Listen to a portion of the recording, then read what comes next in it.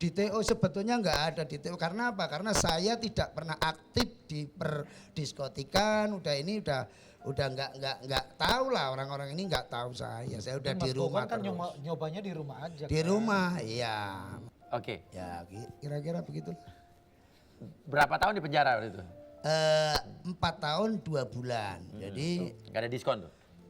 ada diskon 50% dapat baju gitu. Iya.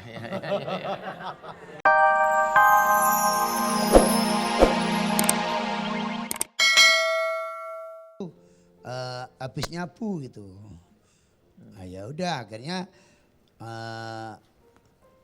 polisi nggak nangkep karena saya memang tidak waktu itu memang nggak nyabu gitu loh. Jadi 3 hari sebelumnya aku make gitu. Akhirnya ya udah karena Make juga 3 hari sebelumnya. ya make tapi cuma 3 isepan gitu. Lah terus akhirnya karena marah ya udah didamaikan aja, damaikan gitu.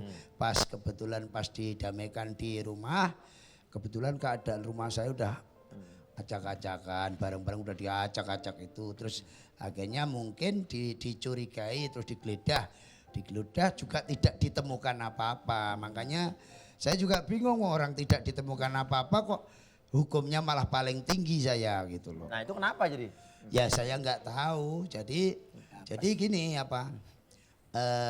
Setelah itu saya ya karena sudah dilaporin tadi, akhirnya saya dites urin gitu aja.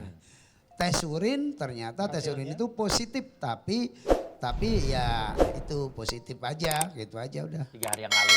3 hari yang lalu gitu. Emang kalau seminggu yang lalu juga tetap positif? Kira-kira begitu, aku nggak begitu paham kayak begitu gitu. Oke, dan waktu akhirnya masuk ke penjara, Iya. perasaannya gimana sejujurnya? Pertama Ya. kan ditahan di sel dulu ya. Pertama begitu dites urin ya kan kena, akhirnya kita tahu-tahu kok ada ini, ada katanya ada, jadi barang itu kan nggak ditemukan. Jadi waktu penggeledahan tidak ditemukan sama sekali. Tapi lucunya, gitu, anehnya itu ditemukan plastik yang tidak ada apa-apanya. Nah itu katanya diselidiki sama BNN. Ya kan, tapi anehnya kenapa wong nggak ada isinya sama sekali, 0, pun nggak ada, bersih plastik doang. Kok bisa diselidiki di BNN? Nah itu ada apa itu? Ternyata Akhirnya dinyatakan bahwa itu katanya ada inek golongan 1, ekstasi golongan 1 yang mengandung pasal 59 hukumnya minimal 4 tahun, tapi yang diselidiki BNN itu apa? Wong itu nggak ada kok gitu loh. jadi Nah, intinya itu- saya mau tanya, menurut Mas Gogon emang dijebak apa gimana ya saya tanya? Enggak dijebak, ya dilaporin itu. Jadi omong kosong kalau wah ini di TO, itu omong kosong aja, itu cuma ya memang gayanya polisi memang begitu. Gimana? Gayanya ya itu pokoknya ini sudah di TO, ini ternyata di TO sebetulnya nggak ada di TO. Karena apa? Karena saya tidak pernah aktif di perdiskotikan, udah nggak tahu lah, orang-orang ini nggak tahu saya. Saya udah di rumah kan terus. nyobanya di rumah aja. Di rumah, iya. Oke, Ya kira-kira begitu. berapa tahun di penjara waktu itu? 4 tahun 2 bulan. Jadi Gak ada diskon tuh? ada diskon 50% dapat baju gitu. Iya. Emang di Ya nggak penjara ada, tapi remisi ada. Jadi Oke. akhirnya saya jalanin 2 tahun 8 bulan itu sudah dipotong macam-macam. Gitu. Iya. Angsuran, sarung, angsuran. Cicilan itu. Oh, cicilannya. Oke, dan pertanyaannya adalah, istri Mas Gogon tahu nggak tentang kasus sebenarnya? Semua tahu, tapi saya cuma jadi jangan sampai anak-anak ini tahu, jangan sampai ini, akhirnya saya memang menolak kalau mau dibesuk karena semuanya itu di Solo ya. Jadi supaya tidak tahu masalah. Jadi itulah katakan itu perbuatan saya, yaitu saya yang menanggung, jangan semua dilibatkan gitu aja. Tapi kan di infotainment berita-berita ada, Bang. Iya, ya tahu, tapi pokoknya semua tetangga, teman saya memang tidak boleh besuk ke Jakarta karena saya takutnya itu pada saat baik misalnya besok orang yang mau besok itu punya duit katakan 500 untuk besok saya, giliran nanti udah pas nggak punya duit, pas jelek sama saya, wah saya dulu mau bayar kreditan untuk besok Gogon malah hilang kan itu. Jadi semuanya saya nggak, memang saya ini pesan bahwa jangan besok saya. Itu aja. Kesepian Mas selama di penjara nggak ada yang besok? Ya, Kesepian. ya kesepian lah, kesepian karena saya waktu itu memang pada saat itu dalam kondisi kritis ya, kritis udah nggak punya siapa-siapa, nggak punya saudara, nggak punya siapa-siapa. Saya di Jakarta itu hidup sendiri, jadi ya sampai teman-teman Sri Mulat pun juga waktu itu yang datang cuma Pak Tarsan sama Pak Kadir sama Tukul, nah itu aja. Yang lain kemana Mas? Yang lain ya di rumahnya masing-masing. Mungkin kan gini ya, orang kalau baru kita kena masalah itu kan, nah itu ya biasanya kan mungkin serba repot. Kalau besok nanti dikira grupnya saya. Oh, grup narkoba. Grup narkoba. Kalau nggak besok ya udah itu. Tapi saya memang ya sebetulnya ya itu nggak pokoknya nggak dibesuk nggak apa-apa, itu karena Tapi perbuatan jujur, saya. ada sempat sakit hati dikit aja Kalau sama siapa? sama teman-teman. Enggak ada. Saya enggak pernah sakit hati. Saya orangnya enggak pernah sakit hati, enggak pernah marah, itu aja. Cuma saya memang agak sedikit enggak terima karena sedikit ya.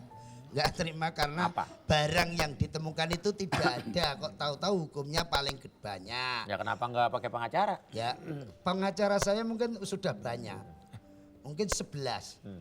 Ya, tapi ternyata usaha pengacara itu ya nggak didengarkan oleh hakim secara jaksa, mungkin karena gini, karena urusan narkoba itu kan istilahnya diburu oleh negara ya. Jadi mungkin karena saya make nggak tahu saya sebagai korban itu dianggap saya memusuhi negara apa gimana, saya nggak tahu, tapi yang jelas Tapi make kan sabu itu. nah, ya make tiga isepan itu. Kenapa kok ini kok bisa ineknya, padahal waktu tes urin itu tidak ada kandungan MDMA-nya, tidak ada. Tapi pernah minum pil-pil itu? Ya itu dikasih itu separuh itu. Siapa yang ngasih itu? Ya itu yang Cewek itu tadi? Karena aku memang tidak suka sabu, tidak pernah nyabu, tidak suka sabu sama sekali. Cuma Makanya nyoba. Enggak curiga cewek itu kaki tangannya polisi. saya tidak pernah curiga, tapi saya yakin cewek itu bukan kaki tangan. Memang cuma dia punya tujuan tertentu sehingga jeblosin saya gitu aja. Sakit hati sama cewek itu? Sakit hati aja. Gitu. Masih sakit hati sampai sekarang? Oh enggak, kalau saya enggak. Jadi peristiwa itu memang harus dijalani gitu loh. Duit habis banyak Mas? Enggak, kalau saya sih enggak.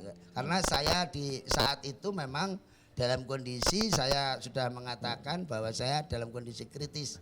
Ya wajar dong kalau kita pengen pun tidak rasanya, karena saya memang belum pernah tahu rasanya Mas. Jadi ya bagi saya sangat gampang sekali. Dan narkoba itu saya kira tidak pernah mendukung dalam kerjaan saya. Akhirnya dirasakan begitu? Ya, Sabu itu pun tidak pernah menjadikan PD saya, tidak menjadikan berani saya, tidak pernah menjadikan lucu saya. Jadi menurut saya malah tidak bermanfaat sama sekali. Oke. Dan hikmah dari kejadian itu apa yang Mas Gogon dapat? Ya banyak sekali lah. Ya untungnya saya justru ya menurut saya itu saya anggap itu untung, karena kalau saya seandainya tidak masuk penjara mungkin saya lebih parah lagi, lebih terpengaruh lagi. Malah terpuruk. Nah, terpuruk, bisa-bisa saya mungkin bisa juga karena ulah cewek itu, mungkin saya juga ya nggak tahu deh, bisa Malah takutnya overdosis. ya. Jadi harganya mahal, rasanya nggak jelas, ya kan? Tapi Yang ditebus. tapi hukumannya kok banyak. Akhirnya kita kalau ada orang gitu ya kita mendingan mundur aja. Jadi gitu. Kalau saya bukan jauhin narkoba, kita udah jauh dari narkoba, jauhin pengedarnya gitu aja. Biar nggak kebujuk-bujuk. Ya, saya juga menghimbau kepada Teman-teman artis lain. teman-teman artis Sama semoga masyarakat yang lain juga. tidak make gitu. Kalau misalnya masih ada yang make ya semoga aja cepat tertangkap gitu. Iya. Iya, soalnya nanti, nah, maksud saya Iya, kenapa kok biar beritanya itu hilang karena setiap ada artis ketangkep, saya itu selalu Dipaut-pautkan. diekspos terus gitu loh. Makanya saya juga berdoa semoga artis-artis yang make itu